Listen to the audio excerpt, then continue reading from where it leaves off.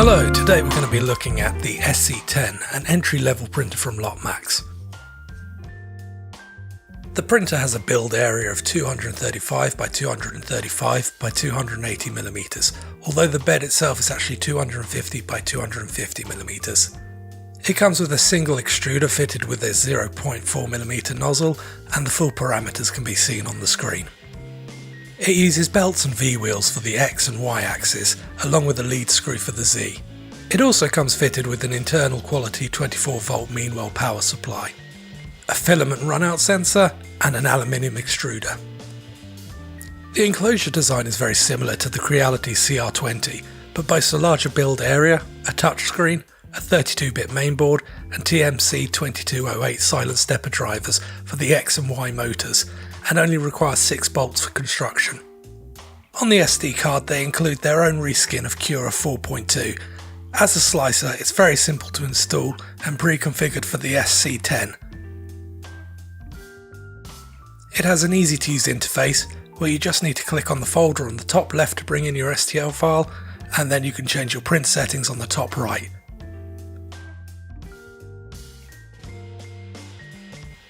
It's also worth mentioning for people looking to pick up the SC-10 as a second larger format printer that the latest 2 stock releases of Cura also include profiles for both the SC-10 and SC-20 LOTMAXX printers.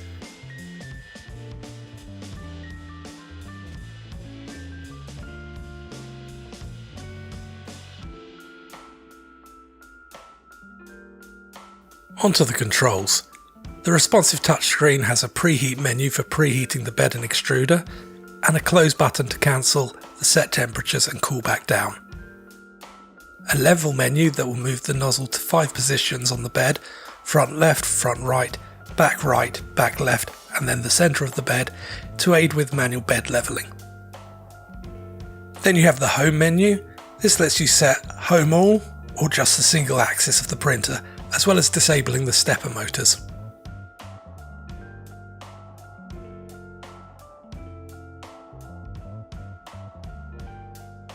The extruder menu lets you extrude or retract filament at 3 speeds and 3 different lengths, used mainly for purging or loading filament. In the settings menu you'll find a button that will show you the firmware version that your machine is running.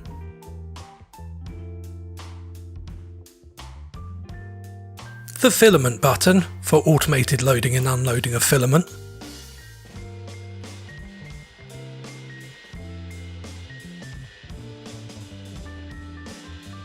The language menu for picking from the 7 included languages. And back on the main menu we find the print button. This will display any folders or STL files on the SD card and can be navigated with the up and down arrows. So after levelling the bed and loading some filament, it was time to print the included .stl file.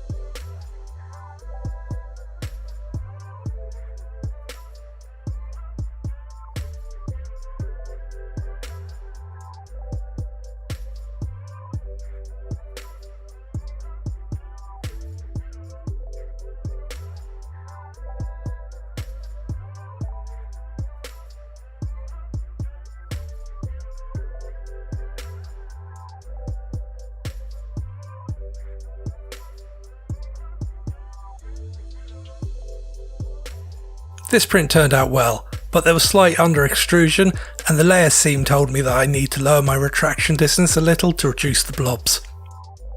Next I wanted to test the filament runout center, so I started printing a bench sheet and cut the filament 1/3 of the way through the print.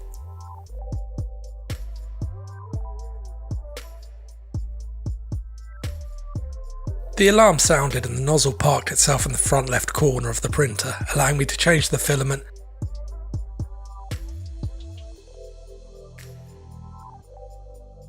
and hit the resume button, and the print carried on from where it left off.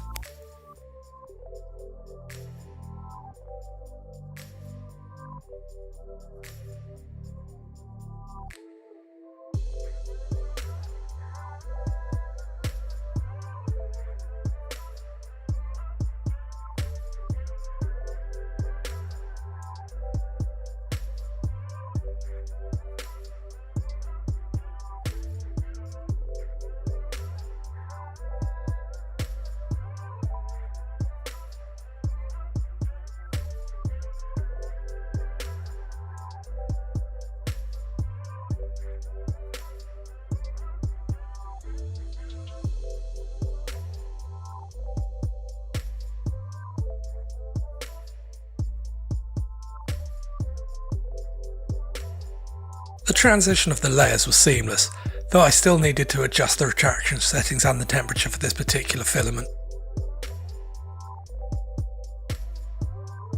So I set about printing a range of test benches in different brands of PLA to get some benchmarks.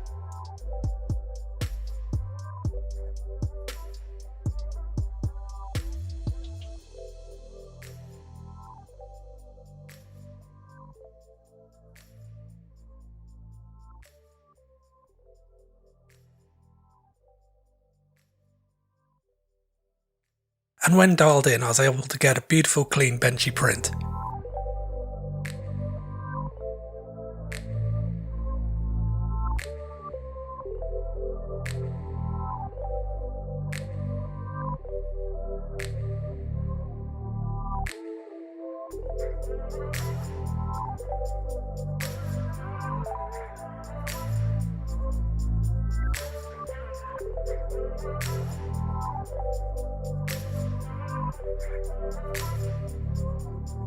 Next, I want to take advantage of the large build volume, so I moved on to large prints.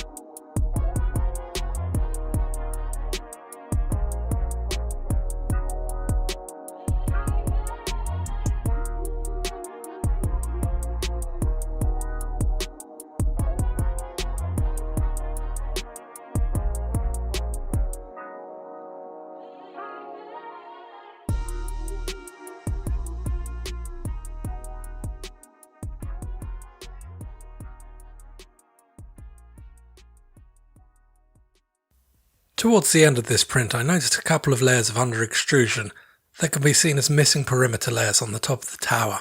By this time I'd put a couple of kilograms of filament through the printer and saw on the run-out sensor that the filament had worn away the chamfered hole and was snagging on the groove. After pausing the print, I decided to bypass the sensor, but the sharp angles of the extruder shaved small chunks of filament as it was being extruded. So I drilled and tapped a 6mm hole into the run-out sensor and fitted a pneumatic coupling. And this fixed the problem for me. This was an early review unit, and I believe LOTMAXX have already fixed this issue by adding a brass insert to the run-out sensor to prevent this problem. Next I moved on to PETG and see how the printer would handle face shields.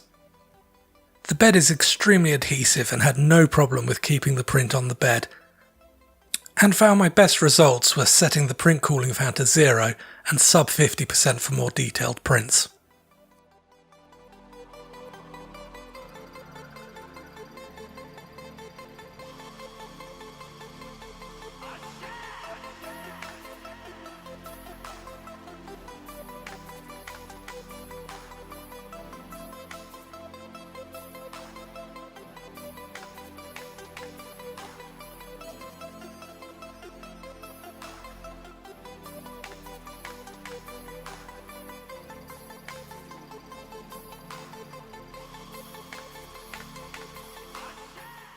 I was even able to print the stacked version of the Prusa RC3 face shield, with only tiny amounts of stringing on the support that can easily be removed.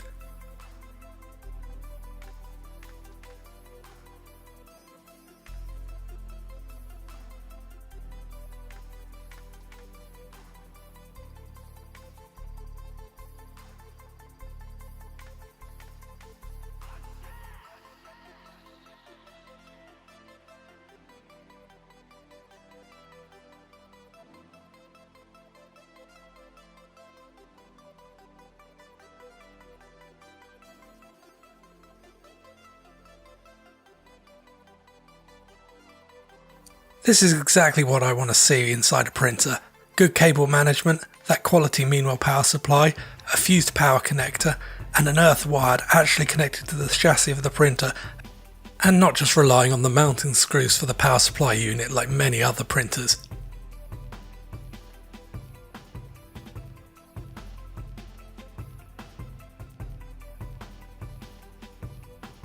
Onto the 32-bit controller board.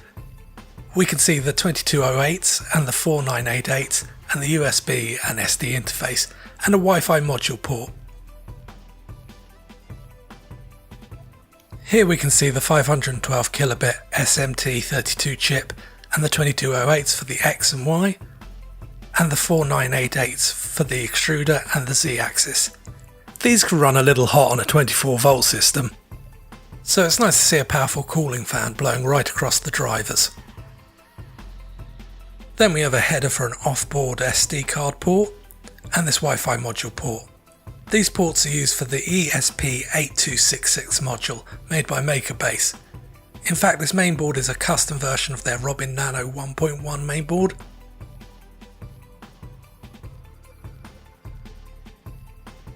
And I'm going to pop this module in whilst I have the printer open. If anyone's interested in an upgrade follow-up video, just comment below.